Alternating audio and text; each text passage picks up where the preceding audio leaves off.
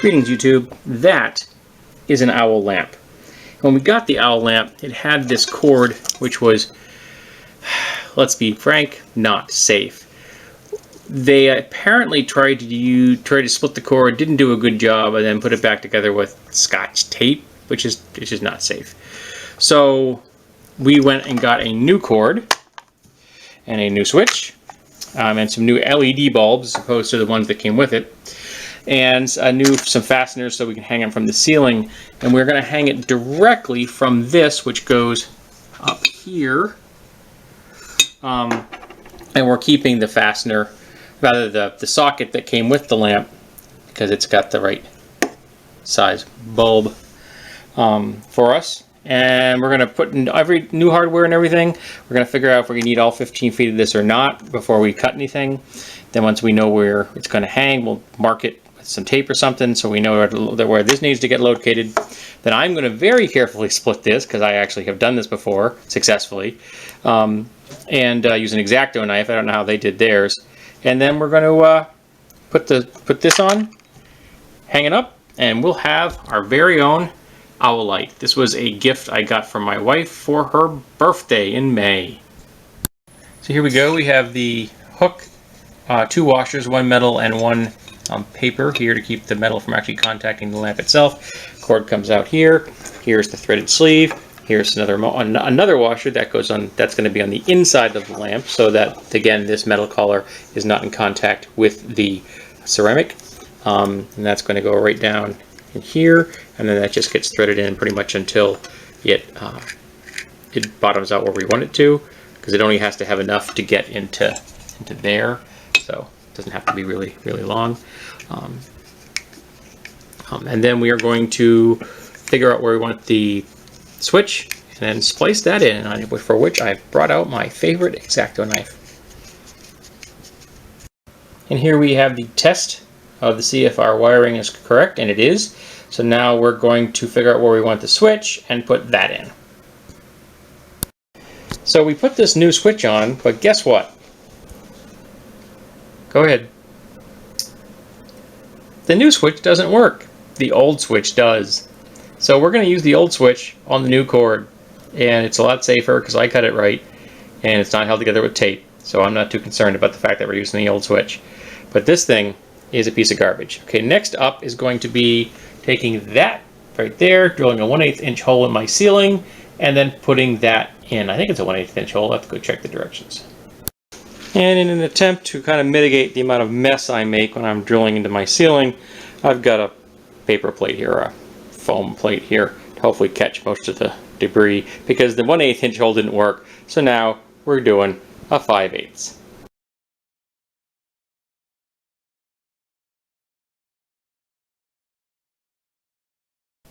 And there we have the final positioning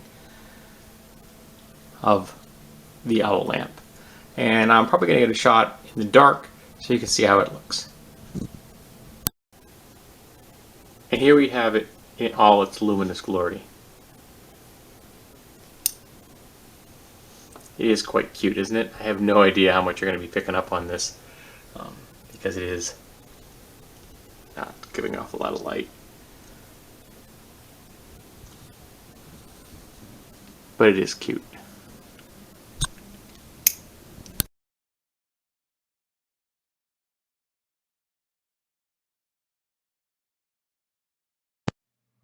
Greetings, YouTube. This is going to be an addendum to the owl video.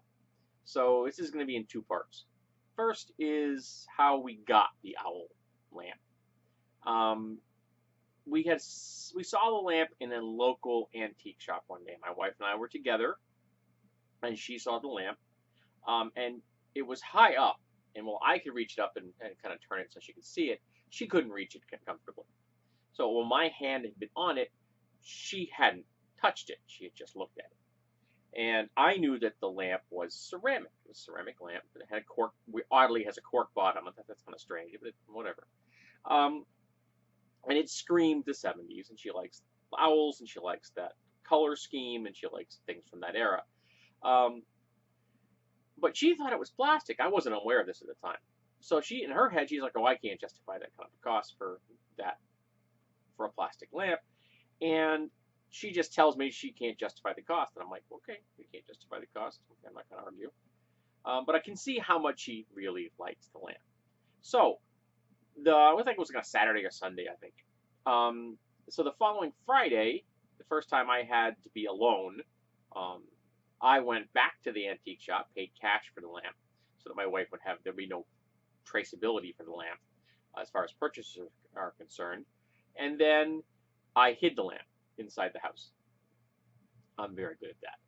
And I didn't know this, but a week after that, she went back to look for the lamp. Of course, she can't find the lamp, and she's kind of bummed out because the lamp is gone. But she just chalked it up to that's what happens sometimes. You don't jump on something right away, particularly a unique item like this. Well, not unique, but a rare item like this, you're going to lose out. And then now we jump forward to her birthday. I hand the gift to her. She's all happy. She explains the story to me, and I felt really guilty because for me, that sense of disappointment of going, if I'd gone back to find something and it's gone, I have a real sense of disappointment about that. But that's me. That doesn't affect her as much. She doesn't have that same buy-in to an item that she does not yet own. It's an issue I deal with, but she doesn't. So now we go to the second part. So we're rewiring the lamp because the lamp's wiring is not good. We're reusing the switch, as I mentioned in the video, because the switch we bought was crap, whereas the switch that was originally used in the lamp was a better quality and it worked. But it was old.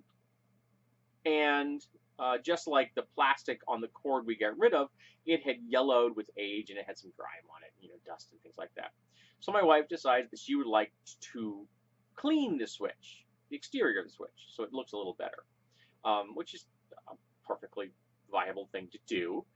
So she sprays some cleaning fluid on, it was just a spray cleaner, onto a paper towel, and she goes to wipe off the switch. It was plugged in. And while she's doing this, she's like, she's thinking to herself, why do my fingers feel really funny? And she goes back and does it again. Why do my fingers hurt? And then it occurs to her why her fingers hurt. She was electrocuting herself. Fortunately, the lamp was plugged into a GFI outlet, so even if it had peaked enough to cause her actual harm, it wouldn't have killed her because the outlet would have kicked out and she would have been fine. Or maybe she might have had a burn. But she was not in any danger of actually being killed. However, it was remarkably unwise and was one of the first times I guess she'd ever really encountered the dangers of electricity and why you don't mix electricity and liquids. So we let the cord dry for 24 hours and it was fine. There was no issues. And we have used the lamp a number of times since then. She really loves the lamp. She finds it really attractive and makes her happy. And she has learned a wonderful object lesson about dealing with electricity. If she'd run that idea past me, I would have suggested she unplug the lamp first, but she didn't. So she's fine. I got a chuckle out of it. And it was a learning experience.